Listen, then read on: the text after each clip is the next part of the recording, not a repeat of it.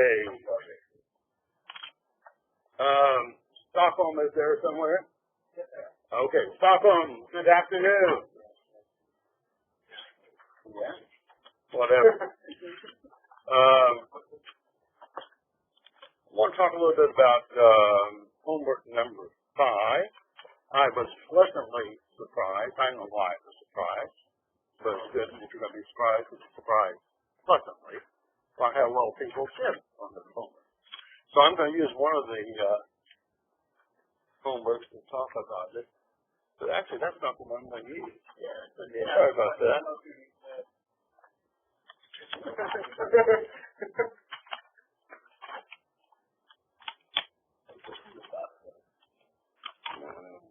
I mean,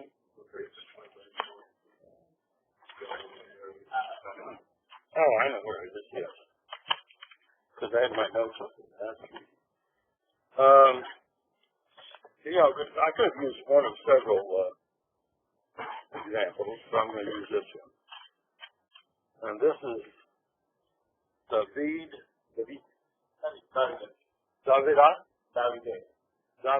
Yeah. Davide.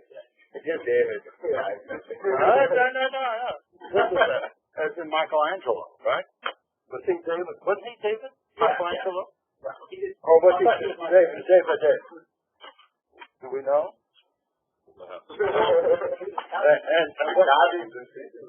Let me work on the last name. Nubila. Yeah. Or Nubila. Nubila. So, Davide di Nubila. Anyway, you did well, but of course not perfectly well. But you were close. And of course, the numerical number was off by a factor of 10. And so if you design an airplane, being off by a factor of 10 might prove to be problematical. But in homework, what's a factor of 10 among friends, right? Okay, so let's go through the homework. I've dropped it up. Went through. Okay. I think my glasses are so I can read this. We have the lift expression, right?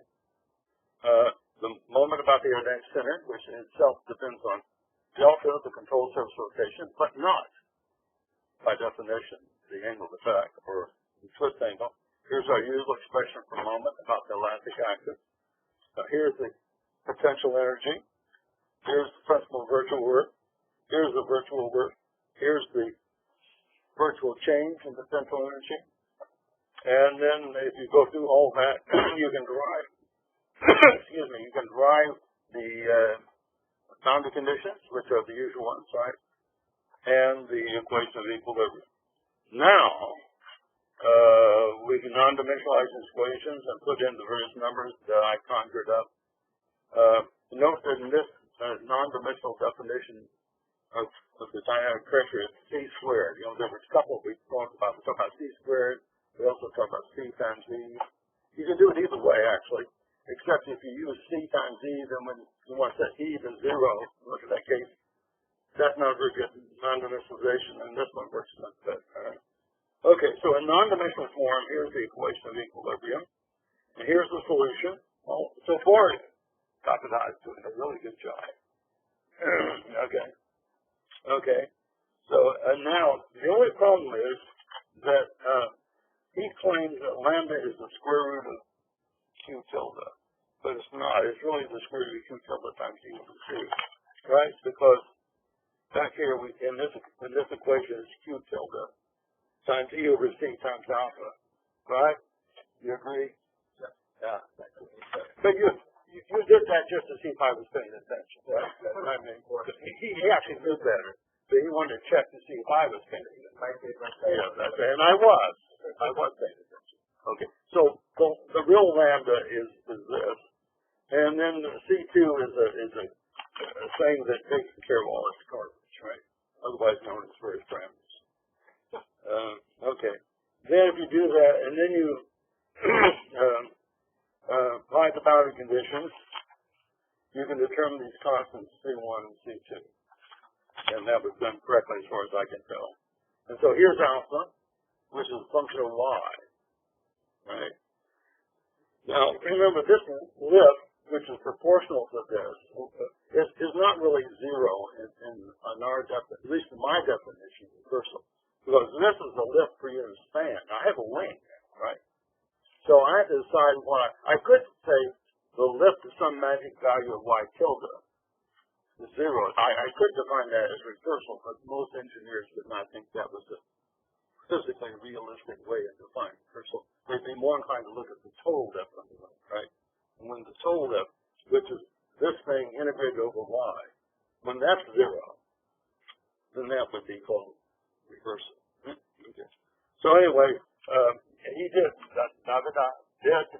fact integrate, and a few lines later you go here, and finally he gets this expression. Although by this time he's plugged in all the numerical constants, right?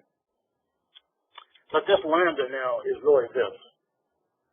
And so if you solve this equation numerically, which he's done in graphical form here, you get a value of E over C. It's actually it's equal to 0.576,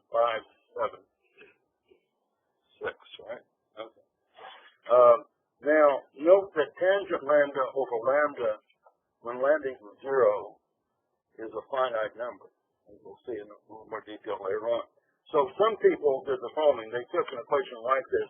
They put the lambda over here, and they had an equation like tangent lambda equals 1.25 times lambda. And they said, well, actually, one solution is lambda equals 0. Yes, but that's not physically significant. The real solution is when this ratio is equal to 1.25. Another way to look at it is if you put lambda equals 0 back in your difference equation, you would find out that alpha is exactly 0, which is not a physically interesting solution. Okay. Now the other thing is, so now if lambda, if the root of this equation for lambda is 0.576, this is E over C times Q tilde. And if I set E over C equal to 1 over 10, 1 over 10, 1/10, then Q tilde is 5.76. Why is that significant? Because on the next page, when you solve the equation, to solve the problem for E over C identically 0, you got 6. And so this number, 5.76, is pretty close to 6. So part of the message is, in the typical section solution that we did for reversal, E over C didn't appear at all. In the wing model, E over C does have an influence, but it doesn't have a big influence, right? If I go from E over C to 0 to 0.1, I only go from 6 to 5.76. And by the way, you can work it out for other values of E over C. And E over C of 1 would be an extreme value. I meant to do that for class, but I got involved in some other things. So I'll have to ask you to do that in the privacy of your office, right? You might want to plug in E over C equal to 1 and see where it goes. I don't know where it goes. But, you know, E over C couldn't be much more than 0.5 or maybe even 0.25, right? Remember, E is the distance from the elastic axis to the aerodynamic center, which typically is like a quarter of the chord, right? If the aerodynamic center is at the mid-chord, it shouldn't be. If the elastic axis is at the mid-chord and the aerodynamic center is at the quarter chord. So it can't be too big. All right. Then separately, and you did this in perfect. He looked at the case where you set E over C identically to 0, and then the solution for alpha no longer involves psi and cosine, it involves a constant term and a linear term. Right? Okay. Now, and then you go through that and get the C6. The other thing you might note about this solution is if you go back here, remember in this case where E over C is not exactly 0, but it's relatively small. Remember what this is, lambda. Lambda is really the square root of Q tilde times E over C. But if E over C is small, then lambda is small, right? If lambda is small, the small lambda cosine is almost 1, which is a constant term, right? And sine lambda is almost just lambda times y tilde, it's the linear term. So even at this stage, if you're careful, you could use this solution in the limit of E over C becoming small to produce the solution for E over C equal to 0. Right? I knew you wanted to know that. So I was thinking. Okay. Now, that's another thing I want to tell you about homework number 5. Before I do that, I'm going to give all this to my basic system who's going to hand back the homework to all of you at the appropriate stage. Let me say a few more words about this sheet, and I'll give you these notes. So this is what is today. Today is the 18th, is that right? Thank you. So today is the 18th. If you go back to that solution that Damidam had a moment ago, at some point he got an equation that looks like this, like that, right? That's after you do everything and integrate over y, you end up with an equation involving lambda, right? What you actually get is kind of interesting. You get tangent lambda times 1 minus cosine lambda over lambda plus sine lambda over lambda minus 1. This term times tangent lambda produces minus sine lambda, which is exactly cancels this term, and that's why you get down to this tangent lambda. Also, you notice that the DCLD alpha can cancel on all the terms, so DCLD alpha doesn't affect reversal. That's kind of interesting. On the other hand, C over E is still there, right? C over E is still there. But now, having simplified this equation, I get this, but now I can rewrite this equation. I get this tangent lambda over lambda minus 1 equals all this verbiage. Okay? And there is a C over E here. But there also is a C over E and lambda. If you remember what lambda is. Lambda was the square root of Q hat times 2 over C, right? So what I want to do is I want to simplify this equation for small e over c and see if I get the same answer if I look identically at e over c equals 0, and you do. If e over c is small, I can neglect that term. And then I can take the limit of lambda as e over c goes to 0, to taking this into account. And so tangent lambda over lambda by extending the tangent is just 1 plus lambda squared over 3. And lambda squared over 3 is q tilde times e over c. And so it's this. But these two factors of e over c cancel. So in the limit of e over c becoming small, the dependence on e over c goes away, which was true in our typical section. If e over c is not exactly 0, there's a small effect, but not 50%. And then you can work out an analytical solution for, by the way, for this case, you can work out an analytical solution for q hat. Entirely in terms of parameters, you don't have to plug in numbers. And remember, DC MAC D delta is a negative number on this with a nice positive number. Isn't that wonderful? The people in Durham, North Carolina think it's wonderful. What about Stockholm? Do you think it's wonderful also? Hello? Is that it? Okay. You're sure the people in Stockholm are there? Yes, they're there. Oh, they're there. Okay. All right. Okay. So much for reversal. Now, having said that, I'm thinking about it's time for a new homework, right? We don't have a homework. I gave you a day off and you're so fortunate. This is a bright new day, and you need more to do.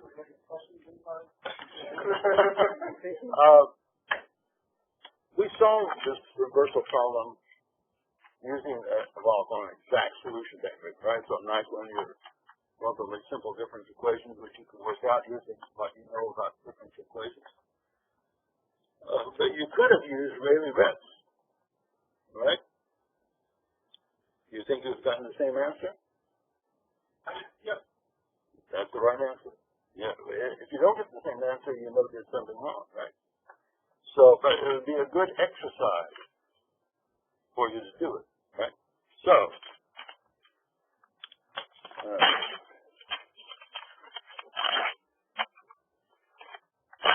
moving right along.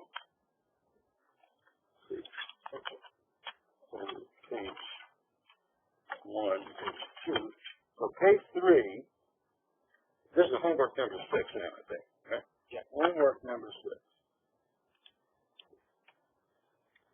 do homework number 5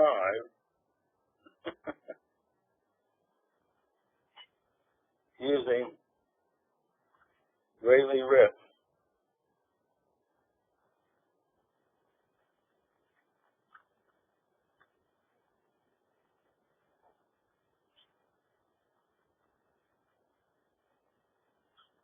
What do I mean by using Rayleigh-Ritz? I mean I take alpha of y tilde and assume this is a form of summation over n of some coefficient a sub n times some functions which I will artfully choose, and I will choose functions that satisfy both boundary conditions, which are functions we found before when we considered the divergence problem.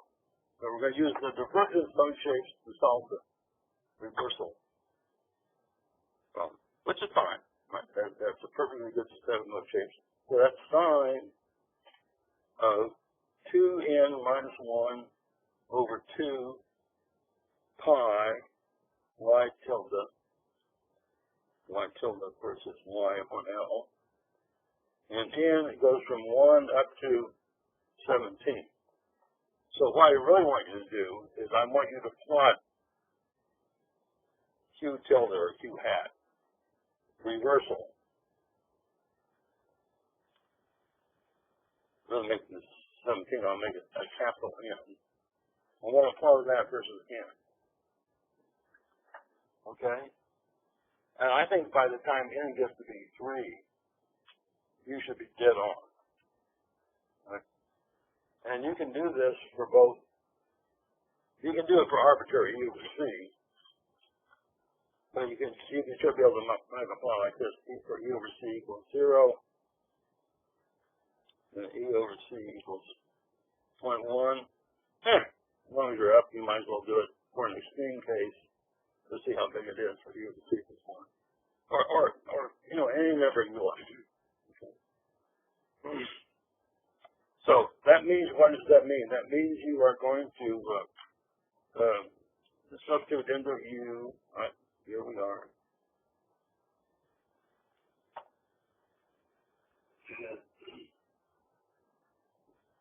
You're going to substitute into del W, which I won't write out in all detail, but when you add, and then you need to use the principle of virtual work, which will give you some delta A sub n, and each time you have a delta A sub n, the coefficient of that delta A sub n should be 0. Right? So I start out using one term, keep your feet back, then do 2 terms. I don't think you have to do more than 3. You may not even have to do more than 2. You have to do at least 2, right? Because you have to compare the answer for n capital A with 1 to that to 2 to see whether you're converged or not. If they're virtually the same, then you can stop. But if they're a little different, then you might want to go all the way up to 3. Right? Can you try to push the focus button? Say again? That's the best we're going to get. I'm not focused yet. Okay. No, that's it. You're okay? Yeah. Okay. Okay. Good. You know what the deal is? And this will be included in, yeah. Yeah. Yeah. I could make this a little more challenging. I mean, after all, doing it this way, you're just going to reproduce what you already know, right? You might say, well, why bother? Well, the reason you should bother is because someone might have a wing that doesn't have constant confidence. Someone might have a wing where GJ is some GJ, I'll call it reference. Right? And you can use that to non-dimensionalize everything. But then it's times 1 minus y upon L. So this GJ is a function of y, and it goes to 0 at the wingtip, as it should, right? There's not going to be too much torsional slip. So you might as well do this one too, right? And make it somewhat plot. And the reason I suggest you do all this is because now we're going to start doing wing flutter, and we're going to use Rayleigh a lot, for the most part. We're not going to use, you're not going to be able to solve the equation of interest analytically. Although I'll show you one thing in this case where that was done. But normally in flutter analysis, you're not going to be able to do that. Any questions about this homework? About the final one, about the TJ. This one? Yeah, it's not content. What does that mean? Well, you're still going. I still think you want to have I still think you want to do things in a non-dimensional form. So you should still see something like Q, C squared. Golly, you took away my notes. Thank you. No, I mean David. Yeah, thank you. You're still going to have a non-dimensional Q, right? This is going to be now Q. This is if I can find it. C squared over GJ L squared ECLDL, right? Mm-hmm. Except now, when I non-dimensionalize, I don't want to use a variable GJ, right? I'm going to use the constant GJ. So this GJ is going to be the reference value, right? Yeah. If you do that, then everything will appear in a nice non-dimensional form, and but you have this extra factor. And this will come into play because when you do this integral, you have to take this into account, right? Is that okay? So it means that GG reference times yeah, GJ, which is a function of y, is some constant value which I'll call reference. Right, times it.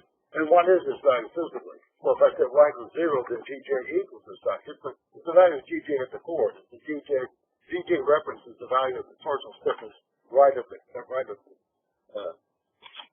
root of the wave, right?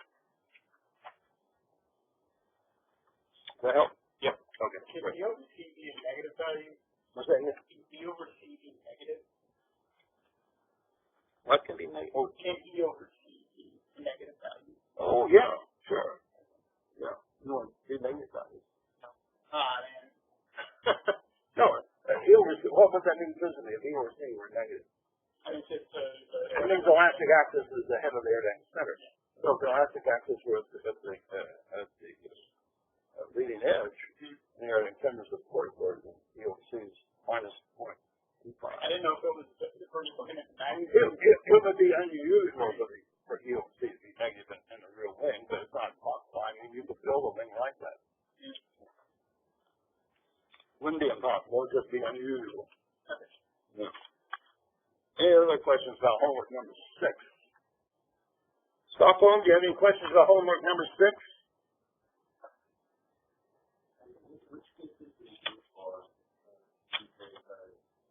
Say again? Oh, well, you might as well do all 3 then, don't you think? Why not?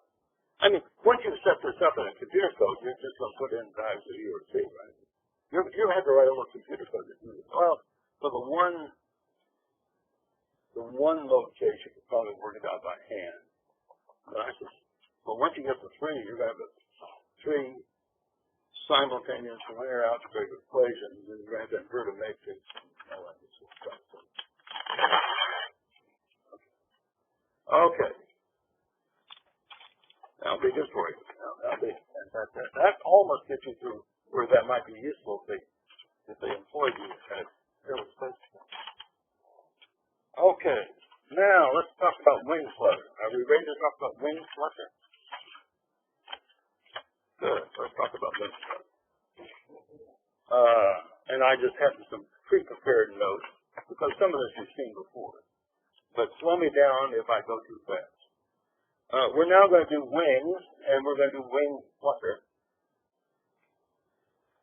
which means we're doing dynamics now. We're no longer doing static.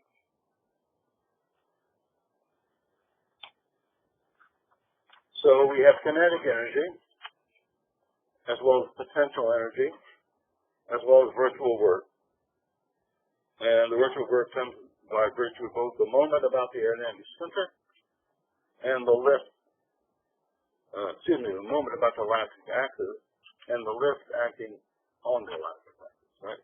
And there's a minus sign here because our convention, our sign convention is lift is positive up and H is positive down. And you should blame some aerodynamicists, not me, some aerodynamicists for using that sign convention.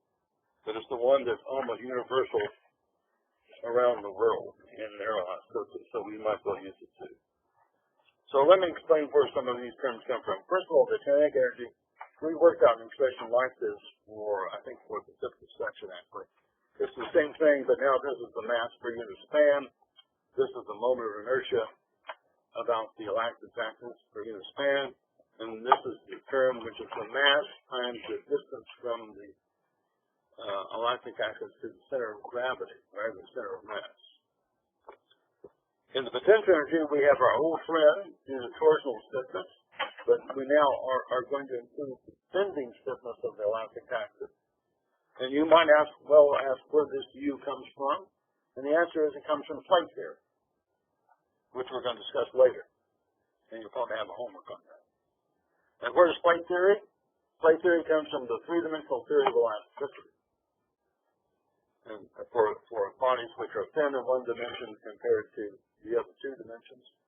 And where does the theory of elasticity come from? We go back to a little cube and write down stresses on the faces that look strange and work out the tension associated with that, which you should have done in, of course, some solid mechanics, someplace in your life. Okay. All right, well, we're going to take this as given for the moment, saying that some reliable structural engineer has told us this is the right way to express potential energy. And here's our virtual work. We're going to use a relatively simple aerodynamic drill because we're not quite ready to plunge into more sophisticated aerodynamic models. At least I'm not ready to do that. And then with all of this, and using Hamilton's principle, you should be able to derive these two equations of motion. So these come from Hamilton's principle.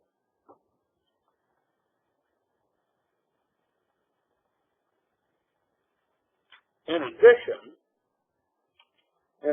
to these equations, you will get boundary conditions on H and alpha, right? They must have boundary conditions. And where do they come from? Well, at no extra charge.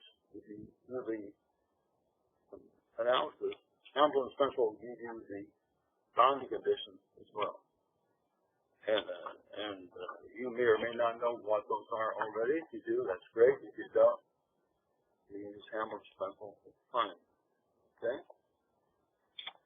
All right. And I'll ask you to do that at some point, probably as part of the homework.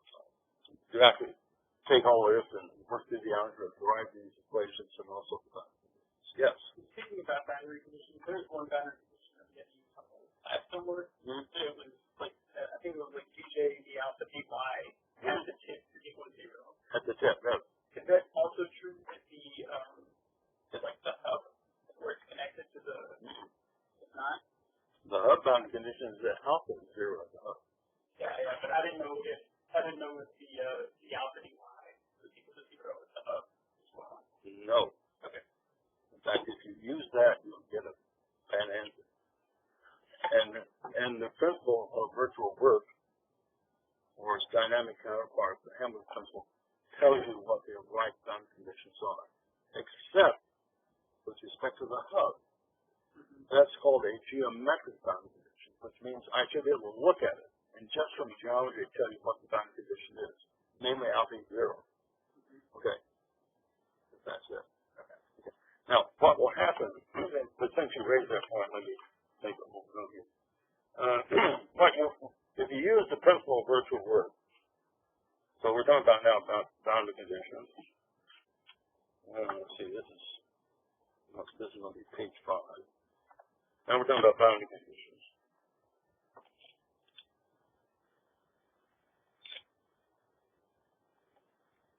If you use the principle of virtual work or Hamilton's principle, doesn't matter, you'll get the same answer. At some point, after you use minus del U plus del W equals 0, and you're going to integrate by parts, in this case with respect to y, you're going to end up with a term like Gj, the alpha dy, times del alpha, evaluate y equals 0 and L. Okay?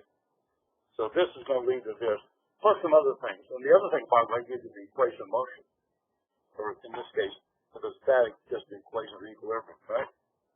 But you're going to get this so-called tail term from the integration by parts. What this principle tells you is, if I look at either y equals 0 L, this one of us must be 0. If del alpha is not 0, then Gj d alpha dy must be 0. On the other hand, if alpha is identically 0, as at the hub, then I'm not allowed to imagine a virtual change to something which is identical to 0. It's still 0, right? So, at y equals 0 for a wing that's like this, then alpha is identical to 0. At y equals L, Gj d alpha dy equals 0. But not, at neither end can both be 0. It's one or the other, right? It's not both. If, now, instead of having this configuration, if I had a free-flying wing, which is unrestrained at both ends, then this would be 0 at both ends. Conversely, if I had something which is restrained at both ends, then alpha must be 0 at both ends, right? So, but the point is that I have to use a little bit of physical insight, but then I can also use the principle of virtual work. And it tells me that there's only one boundary condition. At most, there's only one boundary condition at any end. And it's either this one or this one, but not both. Okay? And I can interpret this one, by the way, physically, if I'm interested in that. This is really the internal elastic torque that resists the deformation of this wing once it's squished under the action of the inner loads. And it must be 0 at a free end. But it's certainly not 0 here. In fact, this thing tends to be a maximum at a fixed end. It's not only not 0, it tends to be the biggest thing. You know? So that's where it's restrained, right? And that's what creates strain, and that's what creates stress, and therefore torque. Did I tell you more than you want to know? No. Not good. Did I tell you everything you want to know for the moment? Just for the moment. Right. Okay, good. Other questions? Page 6. Anything more on page 4? Okay. I'm telling you, this is what you need. This is our model. This is our model for a wing. And now with this model, we can do a flutter analysis. We can also do some other things, but in particular, we can do a flutter analysis. Okay, well, how are we going to do a flutter analysis? I'm glad you asked.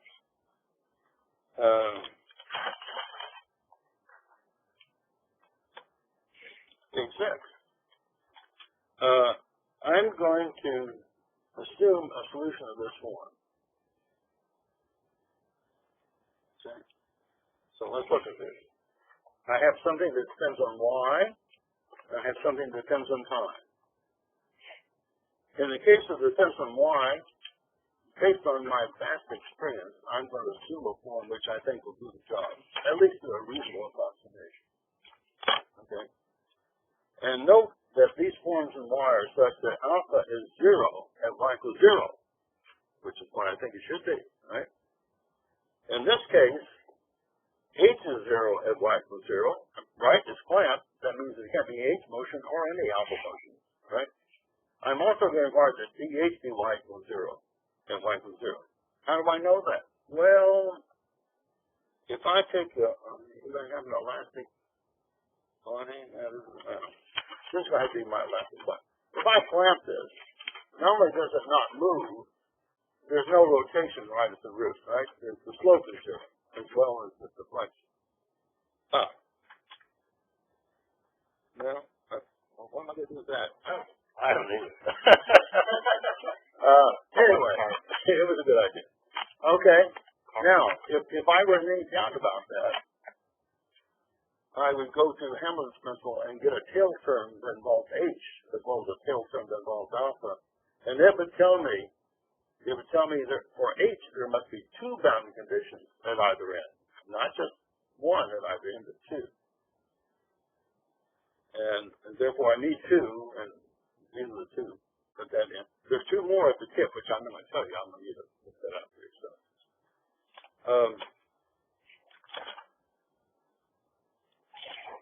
Okay. And so if you look at this, if I differentiate H with respect to Y, I'll still get Y.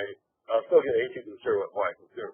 So the first non-zero term in H is a quadratic, whereas the first non-zero term in alpha is Y. And then you can imagine if I wanted to use more terms, I would have, in this case alpha, I would have Y, then Y squared, then Y cubed, and Y to the fourth. In this case, I start with Y squared, and then go Y cubed, Y to the fourth, so forth. But in this case, I'm only going to use one, I'm essentially using one mode in each of these, which is the minimum number, right?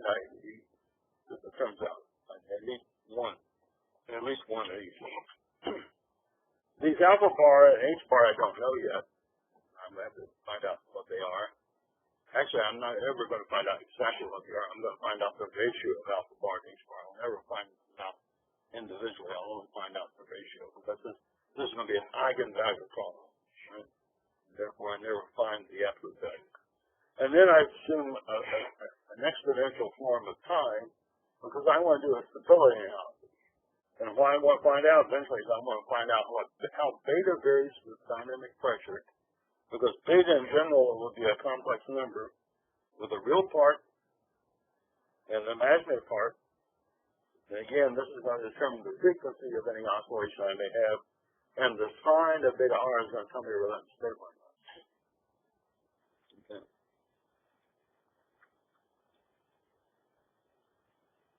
Okay. How many betas are there going to be?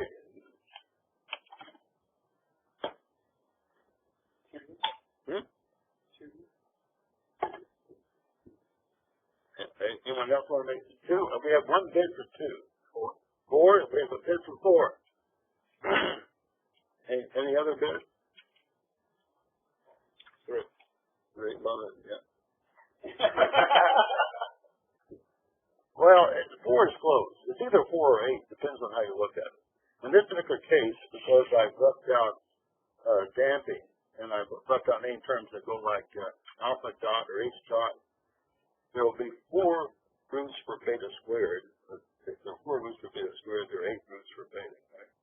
But since there's beta squared, there'll be mirror images and so forth. So we're going to end up with 4 roots or eigenvalues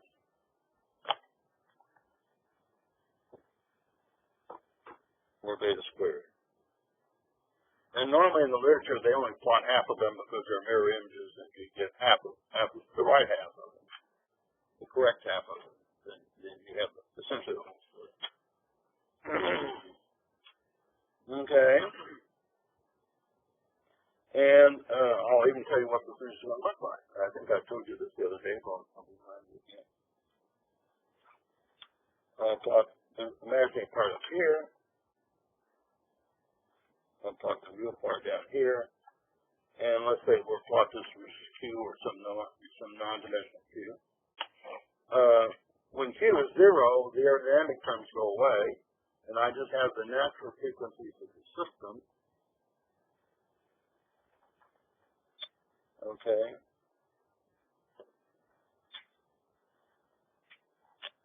So I'll have here, here, here, here, here, here.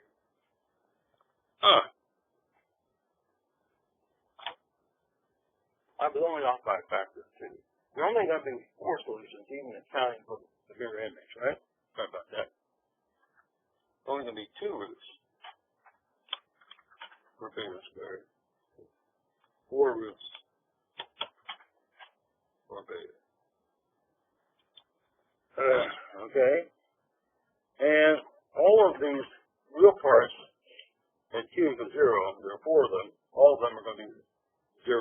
Okay, so there are 4 real parts, all of which are 0. And then this one is going to go down, and distance will go up. They're going to come together.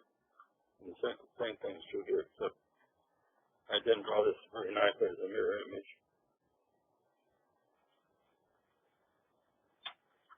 Okay. And all of these roots are going to remain zero up to this point of convergence.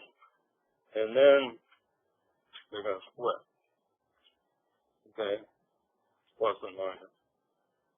Plus and minus. And then they'll stay together, and they tend to go off like this. So this root is the unstable one.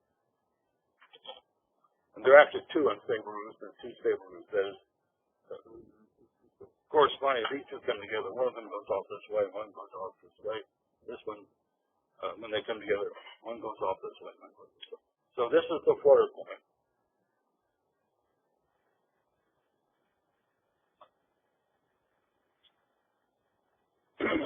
And that's what's going to happen. Now, I don't want you to take my word for this.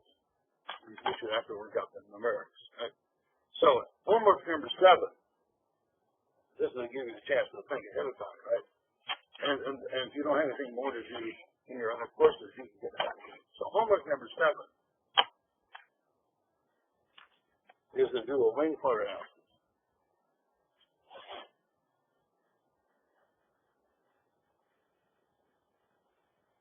So this is page 7.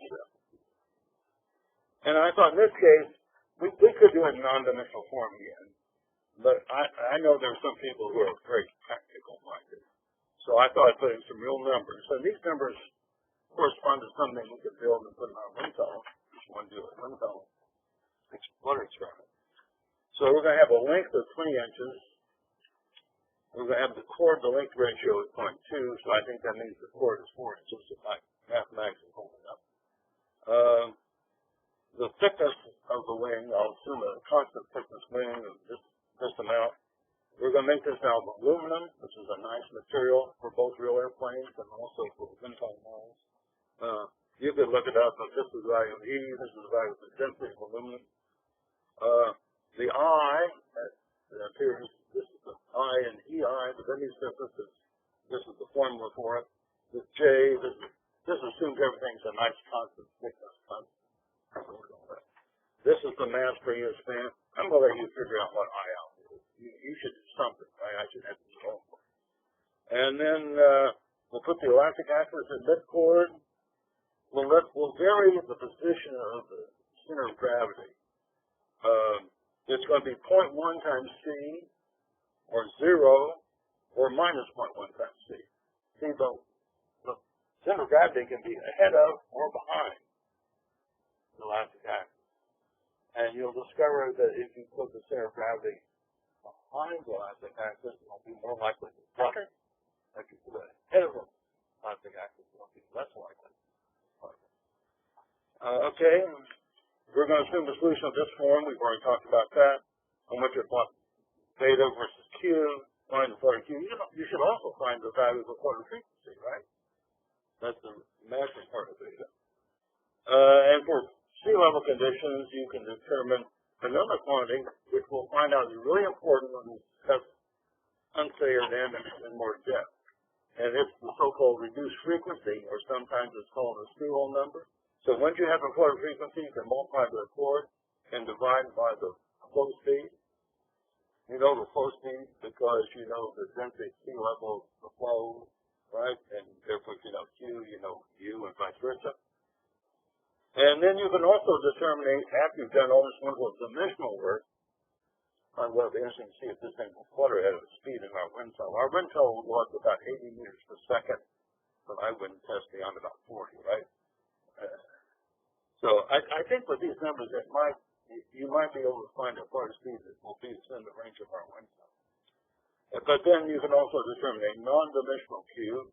In this case, find out QCE over GJ over elsewhere, right? You find out how big this one is and compare that to the numbers you were talking about for reversal and the numbers you were talking about for divergence.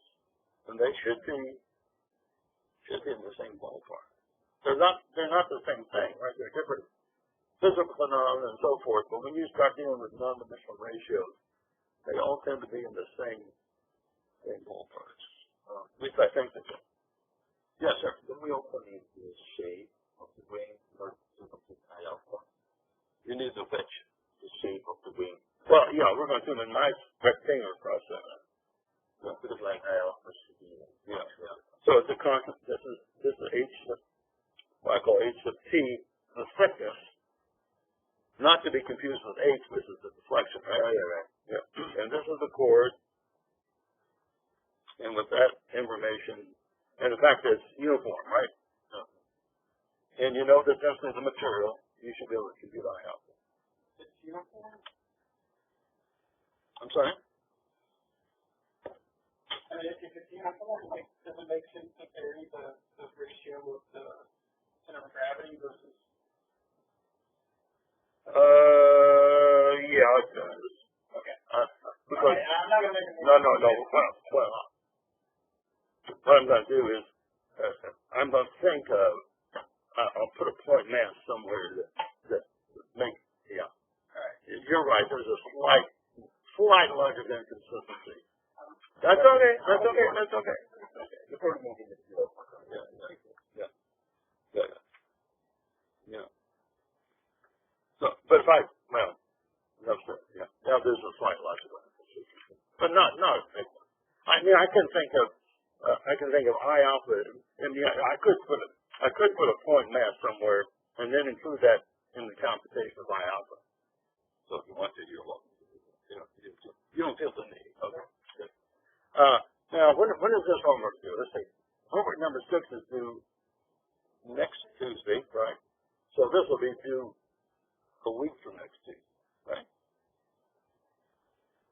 So this, see, today is the 18th. Is that right? So homework number 6 is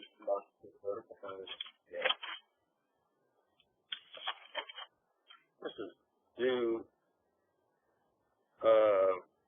on February 25th. Is that right? And this must be due March. What is March 3rd? March 3rd? Thank you. March 3rd. So by March 3rd, you will be, I started to say certified quarter engineer. That may be exaggerated slightly, but at least you will have been exposed to a quarter engineer.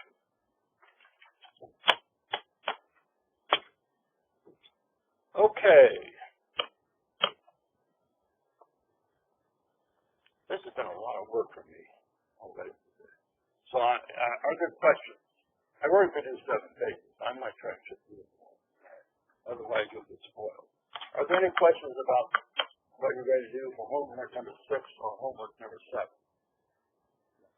No, not yet. Not yet. But there will be in the time. Let me talk a little bit about future attractions.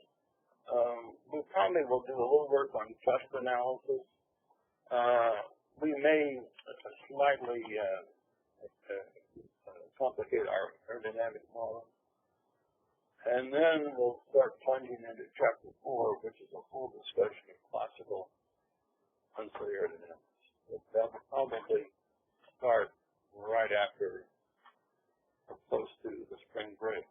At which point our friends in Stockholm will go their separate ways, and they will miss, really the highlight of the course. But I should tell you, Stockholm, if you want to attend the second half of the course, I will not charge you anything extra for doing so. And I would even be prepared to grade your homework. But I understand if you have other things you need to think about. But as long as we're here, let me say one more thing and then we'll stop for today. In this FLIR analysis, you should be aware that there is an exact solution, a famous exact solution, still used by people as a benchmark for various reasons. There's the so-called golden wing. The golden wing is just a uniform wing with Theodorson aerodynamics. What do I mean by Theodosian aerodynamics? Well, rather than having the lift, let's look at lift. Rather than having the lift do this, where the lift at the present time is equal to some constant times alpha at the present time. We use a form of solution which is lift equals Q, C, an integral of something called C, of T minus tau, times alpha of tau, d tau, integrated from 0 to T, where this is a kernel function,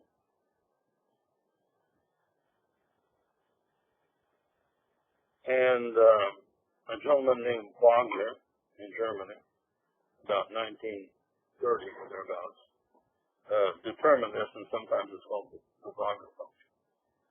If I take the Fourier transform of the Wagner function, I get the Theodosian function. That's where Theodosian comes in. They actually did their work separately. Theodosian did his work first. He didn't recognize that it was a Fourier transform or something. Not his fault. He wasn't thinking about that. He was looking at purely oscillating motions at a certain frequency, which is equivalent to looking at things in the frequency domain rather than the time domain. So it turns out you can actually take this expression and the structural model we're talking about and obtain an exact solution. And Martin Golan, that's why it's called the Golan link, did that about 1950 or thereabouts. And so, since this solution is an exact solution without approximation within the framework of the aerodynamic model used, structural model, whenever someone runs a TFD code or does something else, they say, well, have you run your solution from the Golan wing and do you get the right answer? And if you don't, then people say you go back and work on it. So the Golan wing is famous. And it continues to actually be extended. That's why I'm going to show you this. And you might even share this with our groups. I had a student a few years ago, about 10 years ago, right? Yeah, 2009. Who was looking for something to do. I said, this will be a nice problem for you to work on. And so what he did is he took the Golan wing, but now he looked folding wings and morphing wings were in the news at that time. Still are something. So here's a wing, looking at it from say the leading edge point of view. It's clamped here, its hinged here, and then it rotates about this hinge here. So I have a two-segment wing, right? Okay. And it turns out what was done by Golan can also be done. So people are still working, and you can do this for 3 segments, 4 segments, with patience. You can do it for any number of segments. Of course, the algebra gets a little more tedious when you start adding segments, but it's not impossible. So Sebastian, let's get to this, and Sebastian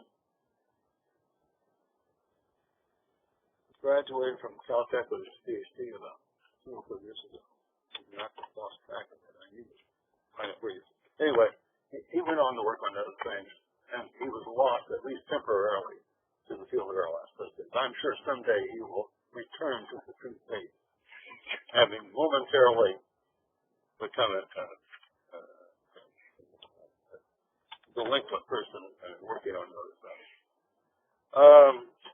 So, the basic point I want to make is that you can actually, for this simple constant property wing, you can actually work out exactly. You actually work out the differential equations, the partial differential equations in H alpha, which depend on Y and T, and do it.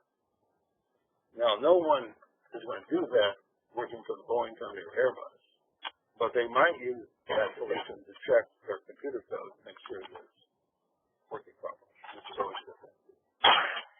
Okay, question. Are we going to go into any other applications apart from like standard airplane wings and turbines and replays? What application would you like to look at? Well, I mean, like, have you looked at like rocket nozzles? Well, it depends on what you mean by rocket nozzle. Well, I'm glad you asked that question. There's a famous class of problems, which is the following. I have flow, internal flow, to a nozzle.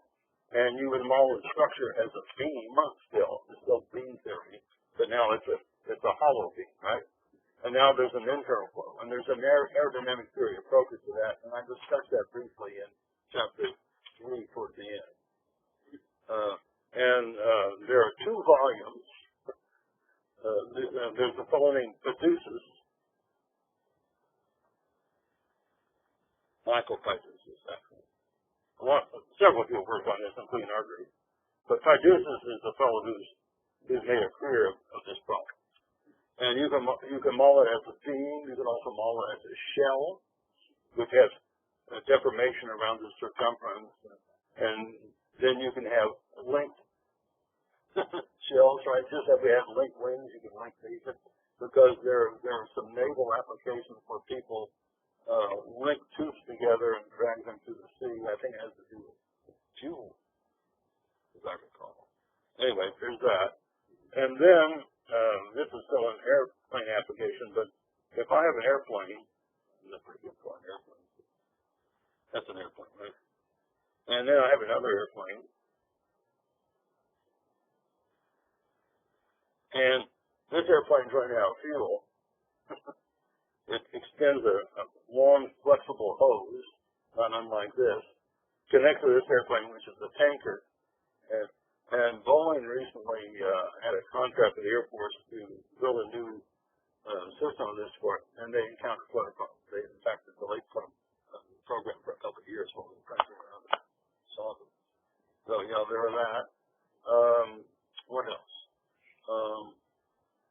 If I have a tall chimney stack,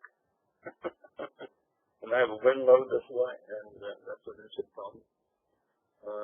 If I have a long span bridge, there are people who are experts on flutter of long span bridges, and they use a model not unlike what we use for the wing, except because the bridge aerodynamic shape is not very streamlined. They take the Theodorson theory and they insert some empirical corrections in the coefficients to try to account for all the ugly things that happen in the flow around the bridge section. Yeah, and then this is also a tongue. Really, it's a tongue, right? So if I have airflow coming into the mouth and my tongue is clamped right at the back, that's flexible and free. And there is actually a medical condition known as, I don't think they call it tongue flutter, but they have a name, a medical term for it. But in some people, this is a serious condition. And the way you solve the problem is you do a surgical procedure and strip the tongue so that you raise the flutter speed. Fortunately, that doesn't happen to a lot of people, but it happens in some people. So there's some work on when people do this configuration, depending on the application, they call it a tongue, or they call it fuel hose, or they call it whatever they call it. But fundamentally, it's all related. The details can be importantly different, but the fundamentals are pretty much the same. Do you have any other applications like one for that? Oh, how about blood flow through an artery? Blood flow through an artery. Okay. When you do your pressure, when you take your blood pressure, what you're doing is there's a shell, the artery, and as blood flow through. You're buckling, and those sounds you're hearing are from buckling the artery. You know, the blood pressure is based on perception of sound, right? The buckled and the unbuckled artery. Well, there's that too. So, biomechanics, there's a lot of work on flutter of heat exchanger tubes inside nuclear reactors. There's a lot of fluid flow through nuclear reactors. And there are all kinds of interesting issues that fluid structure reactions. Anything else you'd like to know? Yeah. Why do we talk about airplanes? Well, one reason is your instructor is very interested in it. The other is almost all the cutting-edge research. Don't quote me to other people. It has been done in the aerospace field. Everybody else is training on. That's not not entirely true, but that's 99% true. So the kind of morals that people use in the fire mechanics field are really true. And it's a hard problem, right? You don't know the geometry, you don't know you don't know the structural properties, there are a lot of things you don't know. So they use it. There's no point in using a very sophisticated model unless you're an academic who wants to write research papers. But if you're a real medical practitioner, the uncertainties and the parameters of the system is so great, why build a fantastically sophisticated model? Because you don't, you only know E to a factor of 10. Well, you probably know a little better than that, but not much. Other questions? Stockholm, we're about to wind up here. Hope you enjoy an early dinner. You sure they're there? they're just quiet. Okay. All right. Very good.